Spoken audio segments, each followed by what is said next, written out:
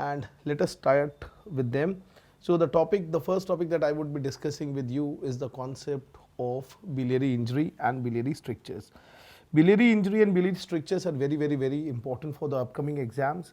I will be taking the biliary system in great depth and detail in my, you can say, routine comprehensive lectures, that is Dadagiri series 1. But yes, today, as you know, the exams are around the corner and I would be discussing the most important thing, that is biliary injury and strictures. So let us start with, without wasting any time, biliary injury and strictures. Now when we talk about biliary injury and strictures, let us understand certain important things, certain miscellaneous things. So the most common cause of biliary injury, and the same is the most common cause for the stricture, and the answer is iatrogenic. It is iatrogenic. And when we talk about in iatrogenic also, what is that? Answer is laparoscopic cholecystectomy. Why laparoscopic cholecystectomy? Because still there is a learning curve involved here, and lot of people use lot of, you can say, energy devices, because of which there might be some devascularization of CBD, or there may be an injury to the CBD resulting in the injury and strictures. Now when we talk about the most common site for the biliary injury, and again this is the same for the stricture also. So the answer for this is proximal biliary tree. So proximal bile duct. And when we talk about proximal bile duct, what is that part? Answer is, it is the common hepatic duct, which is very commonly involved. In fact, the right posterolateral duct of the, you can say, of the right hepatic duct, in fact, is the most common. So if individually, if we talk about the most common sectoral duct injury, so the most common sectoral duct injury, answer is the right posterolateral duct. The right posterolateral duct. Now when we talk about right posterolateral duct, why this is very commonly involved? Because many of us are tempted to open the callots first. We don't open the posterior window of safety, and that is where the catastrophe happens. So you need to understand that the first step is not the dissection of the callots, it is opening up the posterior window of safety. That is, I am talking about opening up the cholecystohepatic triangle. So once you open the cholecystohepatic triangle, now opening the callots become very easy. And the second thing is, the maximum that you injure here will be a biliary structure, or will be a cystic structure, not any hepatic or biliary tree structure. Let us talk about the classical classification that we have. So today I will be discussing with you the Bismuth classification. You know, Bismuth classification is for the biliary strictures, and we have Strasberg classification, which is for the biliary injury, and together we are going to club it, and let us understand and enjoy the Bismuth Strasberg classification. Now when we talk about the Bismuth Strasberg classification, what are the important things that we have to understand? So this is a classification for the bile duct injuries and also the biliary strictures. So let us understand what is the biliary stricture based classification in this. So that's the Bismuth part, which has been integrated along with the Strasberg classification. So when we talk about the Strasberg A, what is Strasberg A? It is minor duct injury. What do you mean by minor duct injury, or what is considered to be minor duct injury? Answer is the duct which we don't know properly. That is often known as minor duct injury. Example is the classical duct of Lashka. So they are small minor ducts. Minor duct injury, or what else is included in the Strasberg A? Answer is, when we talk about the cystic stump leak. Now what is cystic stump leak? This is again very interesting. So what is cystic stump leak? So suppose you did cholecystectomy, and this is the cystic stump. So here you have placed the clips. Now the problem with the clips is they easily get dislodged, or there may be a lot of fat, and when you don't dissect the biliary stricture, you may put the clip and the fat gets atrophied and the clips become weak, and again there is something like discharge. So this is what is cystic stump leak, and this is what is type A. Now when we talk about Strasberg type B, what is Strasberg type B? It is again very important. It is sectoral duct injury with blockage. Now, what do you mean by sectoral duct injury with the blockage? Now, this is a very common tendency. If you go below the Ruvier sulcus, you are close to the biliary tree. Basically, the common bile duct is there, and then you have common hepatic duct. So, imagine you mistake this right posterolateral duct. Imagine you mistake this right posterolateral duct for the conventional duct, and then what you did ligation. So, you ligated this right posterolateral duct, and not only you ligated it, you divided it. So, actually this is a sectoral duct injury, but you have ligated or clipped it, thus it is not bleeding, or thus it is not leaking with the bile. So, this is what is known as sectoral duct injury with blockage. This is again very important. Then type C. What is type C, students? The type C is sectoral duct injury. It is sectoral duct injury with leak. So, sectoral duct injury with leak. So, suppose if you have damaged a duct, and this duct, this is a sectoral duct, suppose this is left lateral or left medial, and now there is a biliary leak from this. So, this will be C, this will be B. So, this is what is very important. Then what do you mean by D? What is D? This D is again very important. This is lateral wall biliary injury. So, when we talk about lateral wall bile duct injury, what is so special about lateral wall bile duct injury? So, suppose this is the common hepatic duct, and suppose this is the place where you have injured. So, this is the biliary injury that you have done. So, this is the lateral wall injury. So, lateral wall, basically the injury to the main biliary tree, that is injury to either the CHD, common hepatic duct, or the injury to the CBD. So, this is what is very important. So, CHD or CBD injuries, they are classified as D. Then the last is E. So, E, when we talk about it, it is designated to the strictures. Now, strictures are again very interesting. We have 5 types of E. So, when we are talking about the 5 E's, it is very important to understand where the stricture is with respect to the hilum, and this is what is very important. So, we have E1. What is E1? If the stricture is more than 2 centimeters from the hilum. So, this is very important. So, let us try to understand. This is the hilum, and imagine there is a stricture here. So, if it is more than 2 centimeter, that is E1. Then what is E2, students? E2, this is stricture less than 2 centimeters from the hilum. So, stricture more than 2 centimeter from the hilum is E1, and if the stricture is within the 2 centimeters, so less than 2 centimeters, that is E2. This is what is E3. E3 is stricture at the level of hilum. So, if the stricture is at the level of hilum, that is what is known as E3. What is E4? Now, this is again very interesting. E4 is sectoral duct strictures. So, sectoral duct, you know, right posterior, right anterior, then we have the left medial, the left lateral. So, the sectoral ducts are involved. So, sectoral duct stricture. So, sectoral duct, it may be the right or left both, but with hilar sparing. So, if the hilum is spared, this is what is very interesting. So, this is what is E4. So, when we talk about E4, so suppose this is the biliary tree, and this is how the right and the left ducts are.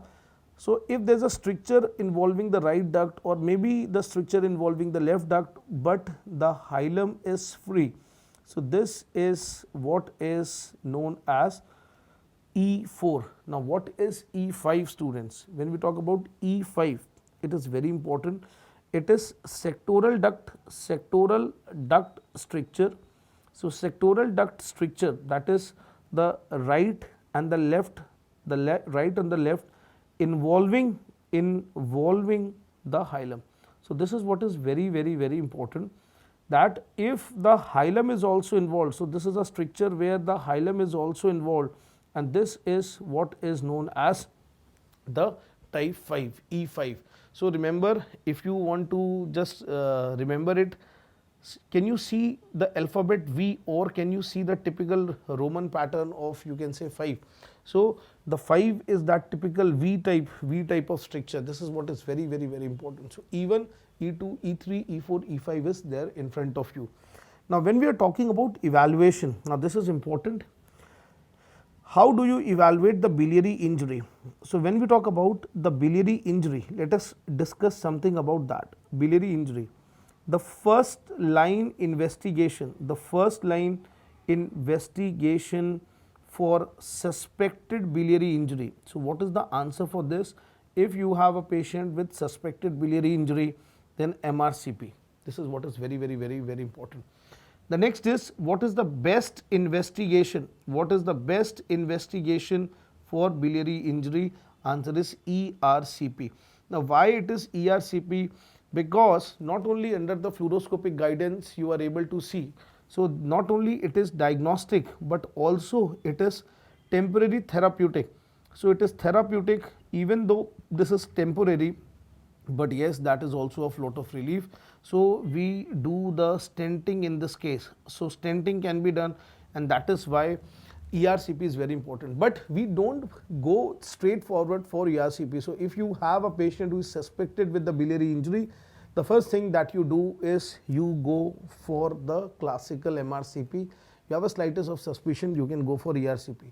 Yes, you can also go for ultrasound, but the problem is majority of the patients with the biliary injury, they have ileus, and when they are having ileus, there is bowel distension, and most of the time the gaseous distension overshadows the gallbladder fossa or the hepatic fossa, hepatic bed, and that is why it might go unnoticed. So now let us understand the composite approach to biliary injury. So now let us see that if you have diagnosed this patient, so whatever I am going to teach you is actually taken from Blumgart and Maingo. So the combination of Blumgart and Maingo, I would be taking it for you, because I don't think no book other than Maingo has such beautifully explained in such a concise way. Blumgart is a bit, you can say, lengthy book, but Maingo has beautifully explained it in a small, you can say, comprehensive form. So this is for you from my side. So whenever you have a patient of biliary injury, students, what to do next? The next is the question, when has it been detected? So the time of detection is very, very, very important. So time of detection. Now there are two possibilities. Either you can detect it at the time of surgery, so at time of surgery, or the other option is post surgery. So post surgery, how do you detect? Either there is drain which has been left by you and there is bile in the drain, or the second is like the patient is becoming unstable, deteriorated because of the biliary peritonitis. So let us understand this. Suppose the patient has been detected at the time of surgery. So the next thing that you need to ask to yourself is it a known duct? Is it a known duct? What do you mean by known duct? You know that it is a CBD, you know that it is a CSD, you know that it's a right sectoral, you know that it's a left sectoral. Either you need to ask, is it a known duct? The answer could be yes, it's a known duct. If it is a known duct, then you will have to go for surgical repair. So this is what is very, very, very, very important. Urgent surgical repair is done, and we shall be seeing what is that urgent surgical repair. Now, I love to teach the hepatobiliary system because this is my favorite to do, to teach, everything.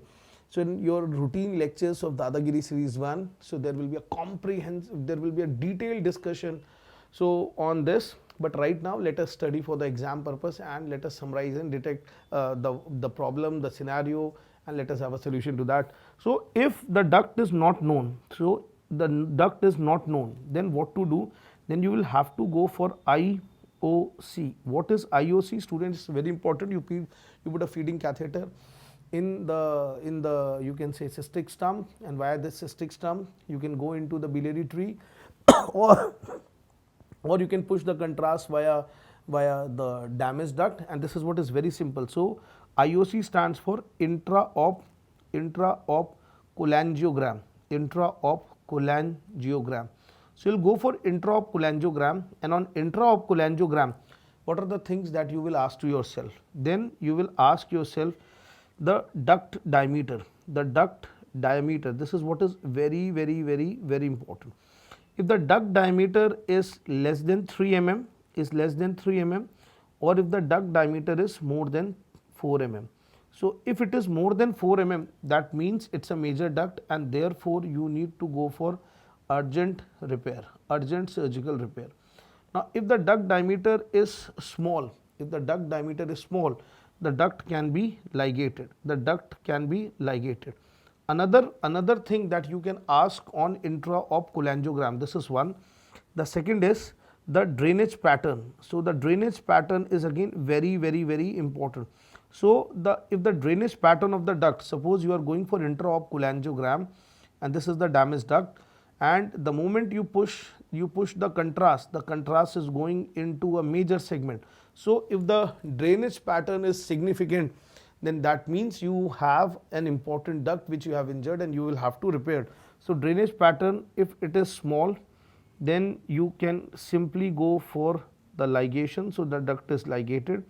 If the drainage pattern is significant, if the drainage pattern is significant, so it is involving at least draining one sector, then that means you require urgent surgical repair. Now this is what is very important, that what surgical repair we should be doing it. So let us talk about that also. So when you talk about the surgical repair, what is the classical surgical repair that we do? Now this all depends upon how you are seeing that injury, whether it's a transected duct, whether it is a partially injured duct. So in next case, then the next thing that you are going to ask, is the duct completely transected? Is the duct completely transected? So you will ask yourself the degree of injury. So the degree of injury, this is what is very important. Now if the degree of injury is total transection, so there could be a scenario when the duct has been totally transected. So total transection of the duct, or students, there could be a scenario when there is a partial transection. So partial transection. So there is not a complete transection, partial transection. If it is a total transection, that the scenario is different. If it is a partial transection, then you need to again ask what is the degree of injury. Now this is again very important. If it is less than 180 degree, or if it is more than 180 degree transection. Now what do you mean by less than 180, more than 180? So this could be less than 180. And what is more than 180? This is what is more than 180. Now why is this important to understand? Because if it is less than 180, it's a small duct injury and you can easily repair it by inserting a T-tube over that injured site. So what is the next line management? If it is less than 180, the next line management that we have for that patient is go for a primary repair over T-tube. This is what is very important. So primary repair over T-tube is very important. So you'll insert a T-tube. So let me draw a second diagram for you. So in this case, it's very simple.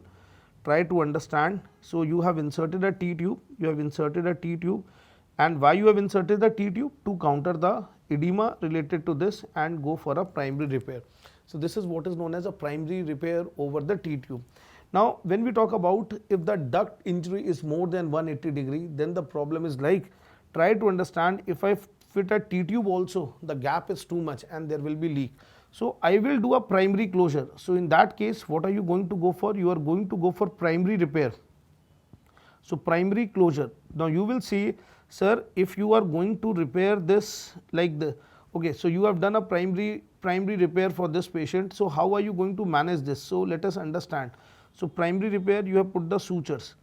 Now what about the edema that is going to be there? And do you know, post transaction there will always be edema. So how will you counter that edema? Otherwise the leak will be there. So you need to ensure that you insert a what? T-tube, and this is what is very important. So primary closure with T-tube insertion, via another end. This is what is very important. So we have less than 180 degree, more than 180 degree. These are some special small conditions, cases that you should be knowing. Now when we talk about the total transection, again the problem is the duct has been totally transected, but what about the gap? Now what do you mean by gap? Try to understand this. This is one end of the duct and this is another end of the duct. So you need to understand what is the gap.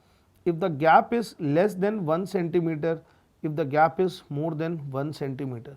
If the gap is less than 1 centimeter, you will go for the same management. What is that? You will bring the two ends together, suture close it, anastomose it, but remember, insert the T tube at a proximal site or a distal site, but you will have to do that. This is again very, very, very important.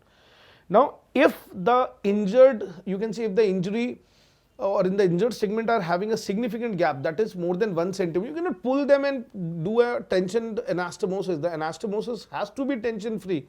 So in that case, what shall be your approach? This is what is very, very, very simple.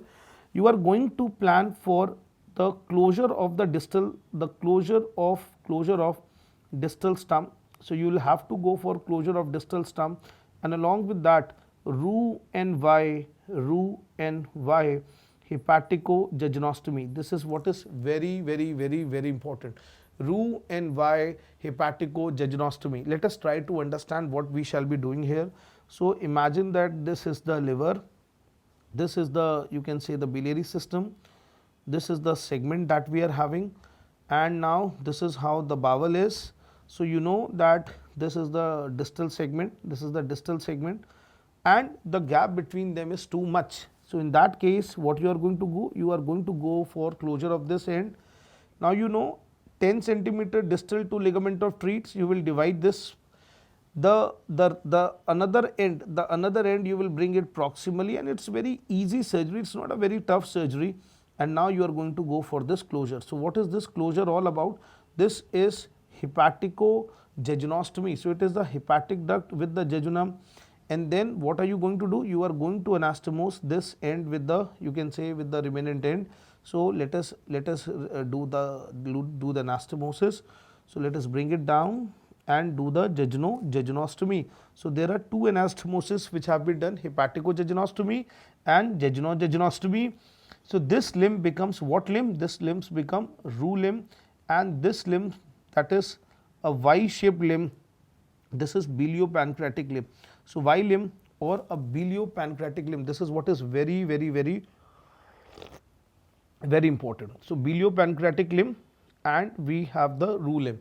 So this arrangement, we can we can keep the loop axis, sometimes we do. So that is useful when you want to do the upper GI endoscopy for these patients. So we can do a loop axis for these patients, but the standard protocol is that okay, go for HJ.